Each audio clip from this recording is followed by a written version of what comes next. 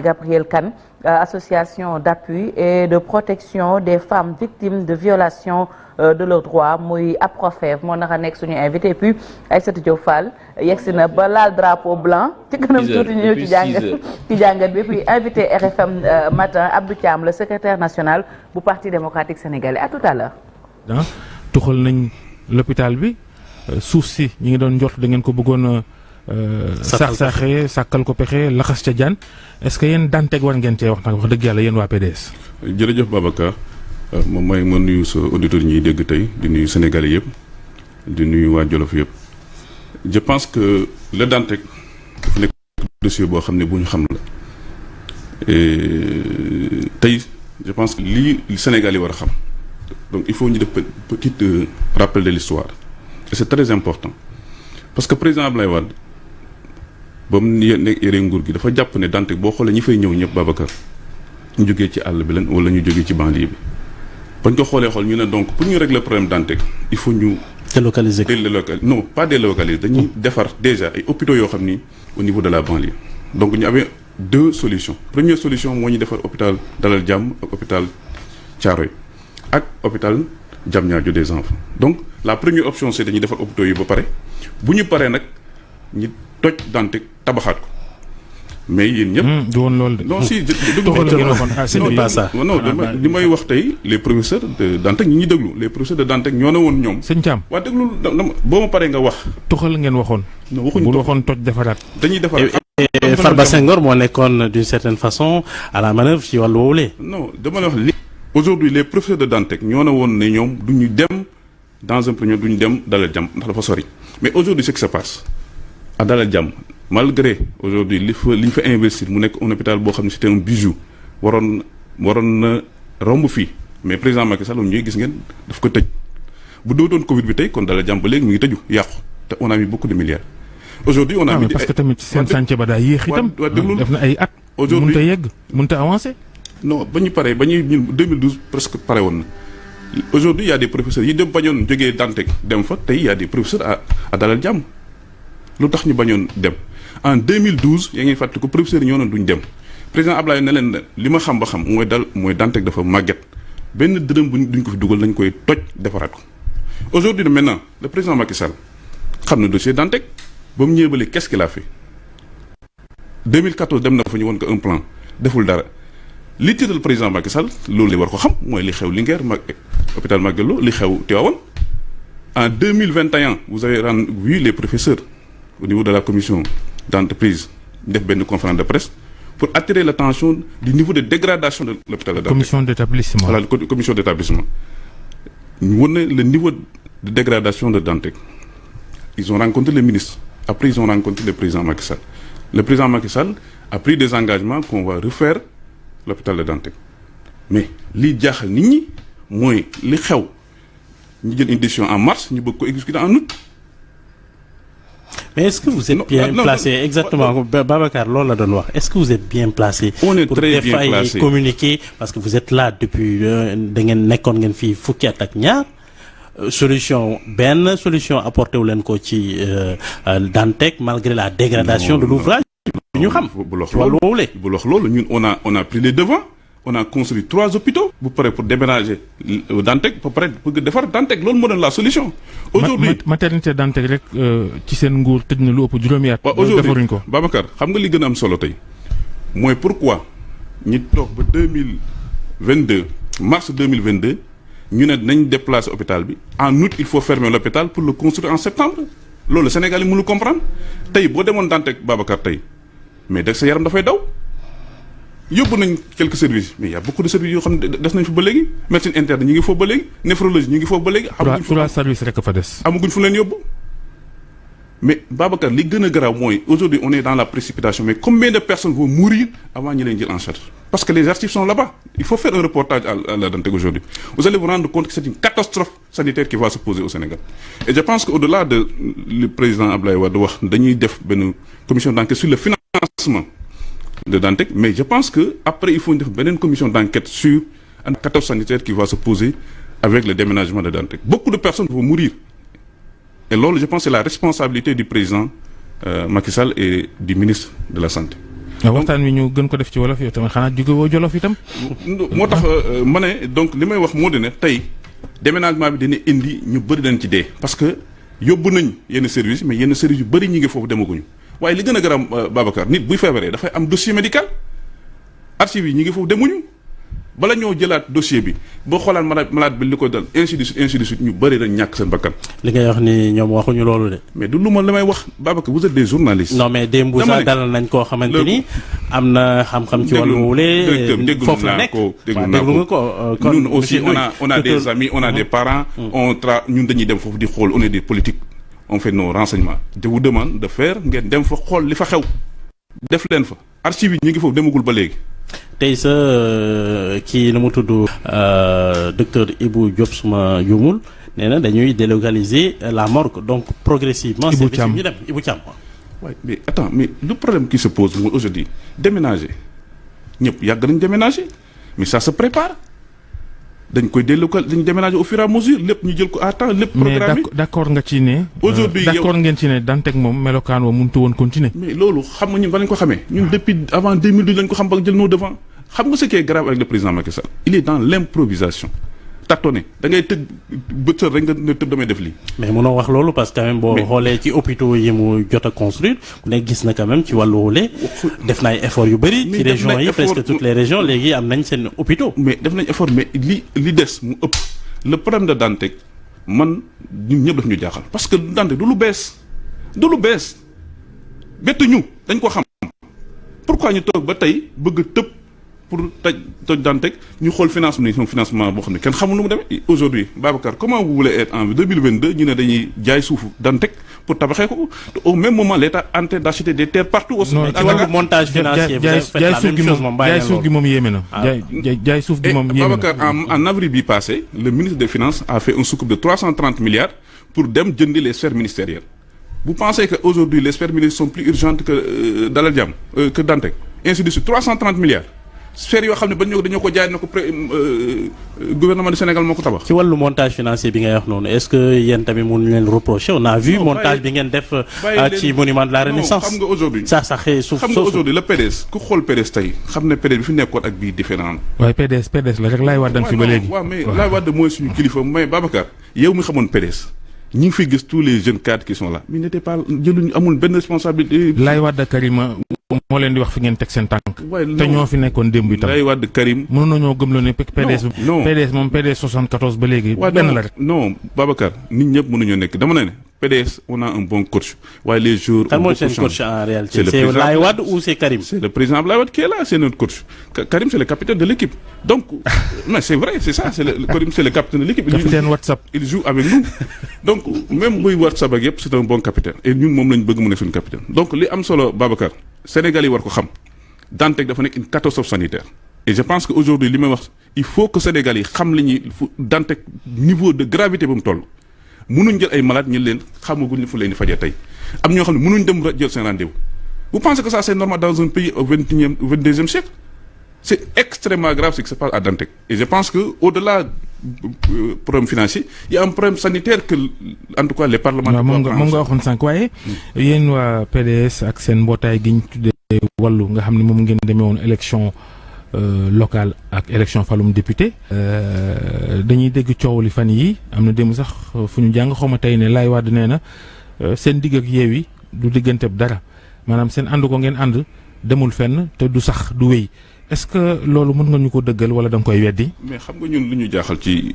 journal bi ko bind jël mu reprendre benn site boo xam ne surtout lan la surtout internet boo xam ne kenn xamul kenn mu ne ci gannaaw jël benn basé tout son argumentaire que Ablaye Wade dafa mere Sonko parce que Sonko moo waxoon ne les anciens présidents Ablaye ñooñu nañ leen rey mais nit ñi dañoo fàtt ne loolu ba ko Sonko do en 2018 la 2019 Ablaye Wade recevoir na fi Sonko. Qu'est-ce qui s'est passé entre-temps? non attends. pour que loolu yëpp ngeen bàyyi ko de côté. non qu'est-ce qui s'est passé c'est que Ablaye Wade li gën a am solo Sénégal moo ko gën a am solo lépp sa personne Sénégal moo ko ëppal lépp njëriñ bu Sénégal taxawee lépp lu mu jël da koy bàyyi président Abdou Diouf def na ko lu nekk 24 fois tëj na ko mais ba mu ñëwee da ko fàtte. avec tout ce que Sonko vous a dit finalement. ce qui intéresse est-ce que loolu garaaw na parce que Laye Wade tamit tam na fi dem Pape Diop ak yu kenn xamul ak ñoom Macky Sall ak li am solo mooy àdduna li am solo tey président Ablaye Wade. politiciens yaa ngi noonu rek. non du bul wax politiciens yi. Babacar ñun ay jeunes lañ c'est des jeunes cadres yoo xam ne war nañu am une manière de faire ñun ñu bëruñ topp ne politique.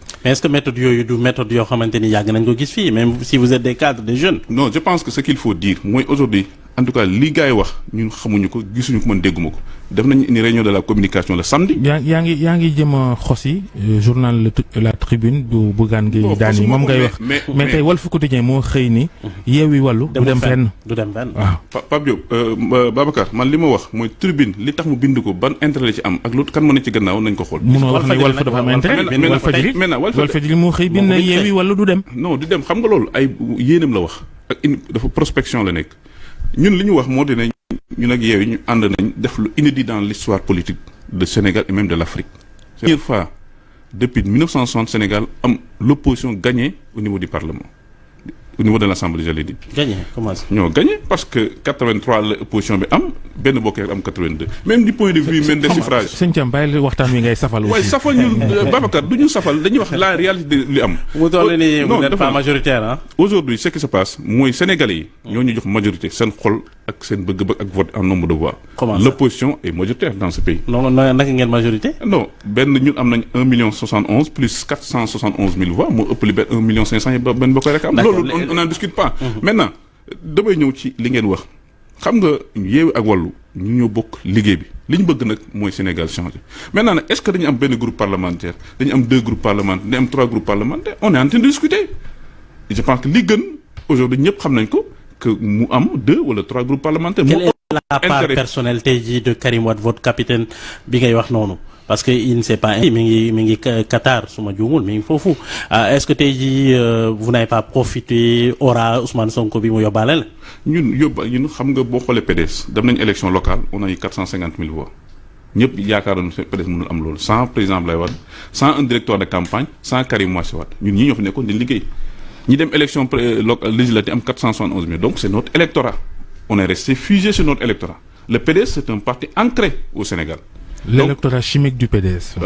En tout cas, on a un électorat qui est là, qui est fixe.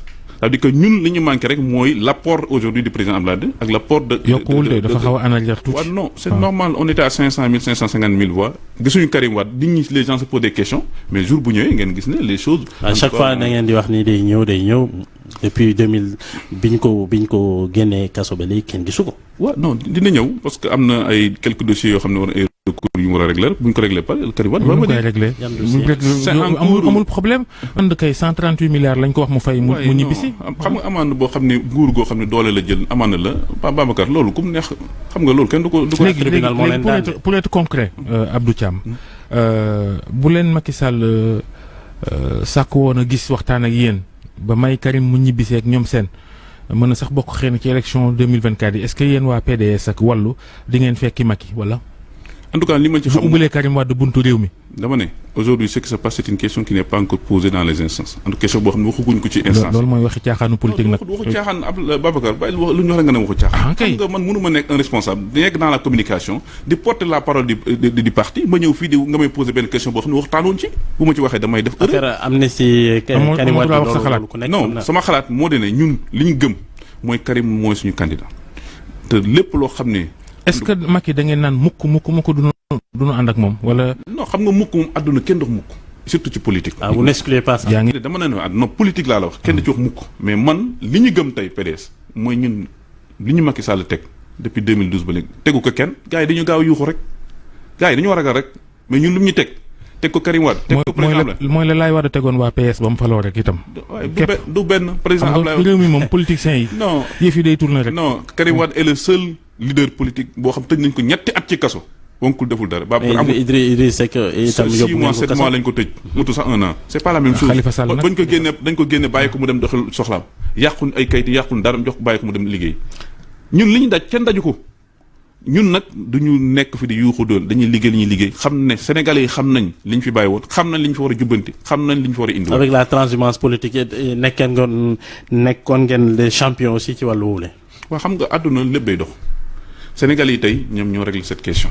Sénégal yi tey ñoo wan ne transhumance bëgguñu ko. da nga bëgg a effacer sunu mémoire quoi. non du effacer. Babacar les choses changent. àdduna ku nekk ak doon bi am moom ngay régler on n'avait pas les mêmes problèmes en 1960 ak Sénégal ak léegi mais aujourd'hui suñu problème jamono du bokk suñu problème maam yi. léegi bu ngeen demee assemblée xam nañ ni ci département yi yéen ak Yewwi yéen a lëkkaloo woon waaye ku nekk daa amoon liste nationale am est-ce que assemblée nationale bu ngeen demee yéen da ngeen di beru def seen groupe parlementaire bopp yéen waa Wallu.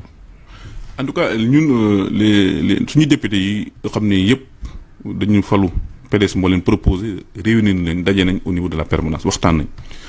te waxtaan boobu je pense que dañu ngi koy continuer ak waa Yewwi pour xool ban en tout cas lan moo gën a rafet lan moo gën a baax pour ñu mën a am taxawaay bu am solo parce que je pense que ñun ñëpp lu ñu bëgg mooy opposition bi am fa taxawaay boobu nag est-ce que bu ñu amee 2 groupes parlementaires mooy gën wala bu ñu amee 3 wala 4 loolu ñu ngi ci gën a ñu ngi ciy discuter. mais jàppaguñu benn décision. est-ce que amnistie Karim Wade bi mi ngi sur la table.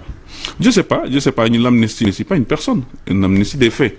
donc il faut pas que gars yi jàpp ne Karim Wade rek moo soxla mbir mi du ab Karim Wade. réew mi non ba ëpp passé na foofu bu leen jàpp ne ñooñu rek ñi soxla amnistie Sénégal bari na. probablement tous les crimes politiques et économiques dans une période déterminée. voilà exactement donc du Karim Wade pourquoi ñu bëgg jël lépp def ko teg ci Karim déjà moom aujourd'hui li ko tënk bëriwul bokkut ak ñenn ñi parce que Karim n'a pas été condamné ni par vol ni par détournement ni par blanc dara. enrichissement illicite dafa yomb ñun ñi ku ñu ci topp daaneel enrichissement illicite. ci àtte bi nag gars yi joxe nañu firnde ci ni mu doon defee ay montage gi jaarale ko ci ay nit loolu moom ci procès bi bu ñu ko suivre gis nañ modus operandi bi loolu moom xamaa nekkatul débat sax. mais Pape Babacar procès bi bu ñu xoolee depuis lors 12 fois Karim Wade gagné na état du Sénégal te bu bërki démb rek gis ngeen bu gagné waat état Sénégal kon daam ne ko à payer 150 milliards donc loolu lañ ci dépassé aujourd'hui la kër yi ñëpp xam nañ cette flop la xam ne kër yi dañ ko tegoon rek pour écarter un candidat ñëpp xam nañ ko la kër yi dafa nekkul nit loo xam dañ ko war a sànni fële amul benn njariñ pour réew mi indi fi lu ay problème lu ñu bëgg mooy ñi tegaat lépp ci yoon Karim Wade ñibbisi ñi tabax Sénégal. est-ce que yéen bu ngeen falu woon 2024 Macky ak njabootam da ngeen leen di topp yéen itam nañ leen defoon. loolu de man mënu ma ci wax mais dama xam ne en tout cas la kër yi pour man d'accord ma ci kër yi tey du ma ci d'accord suba. maintenant nag un état c'est normal quand on gère un état boo ñëwee da nga def l'état des lieux. mais ay poursuites ak yooyu je pense que du loolu mooy defar réew daal li ko def képp ku ko yàq. ku détourné léegi daal mën ngaa toog ci nguur sàkkal pexe alal réew mi boo follee rek ñu bàyyi la nga dem noonu. quoi non waxuma la dama ne nguur bu ñëwee tu fais un état des lieux mais koo xam dafa sàcc dafa détourné mais loolu c'est la justice af nag dossiers yi mu envoyé mais war nañ ko loolu waruñu xaar sax ñu ñëw af nag y a tellement de dossiers aujourd'hui sous le coude de président Macky Sall dina ko régler bu ñëwee duñu fekk dara. Pape Diop mi dem fekk ci Benno ci assemblée ndax ñu leeral ni àndul ak Benno ci politique ci ànd ak ñoom Pape Diop bokkoon nañu ci ñu sumb wàllu Sénégal mu génn ndax ñàkk juboo ci doxalinu liste yi ak ñoom seen nu ngeen jàngatee demam fekki Benno assemblée. non ñun mbetteel lañu am ci départ Pape Diop parce que jàpp naa ne Pape Diop ba muy dem élection li mu waxoon Sénégal yi mooy ñun li ñu doon wax Sénégal yi li ñu bëggoon mooy une assemblée de rupture yàlla may ñu opposition bi tey ñu mën a nekk benn. jàppoon nañ ne tey Pape Diop bu àndoon ak ñun tey on aura la majorité à l'Assemblée donc xam nga kon yàq na loo xam ne historiquement dafay des dans l'histoire. nee na day bañ ngeen bloqué réew mi. mais ñun waxuñ ko dañuy bloqué réew mi amul kenn koo xam ne dégg nga benn opposant boo xam ne dana bloqué Sénégal wala dana tëj. donc Babacar. ñun li ñuy intéressé mooy defaraat Sénégal. waaw jubbanti Sénégal.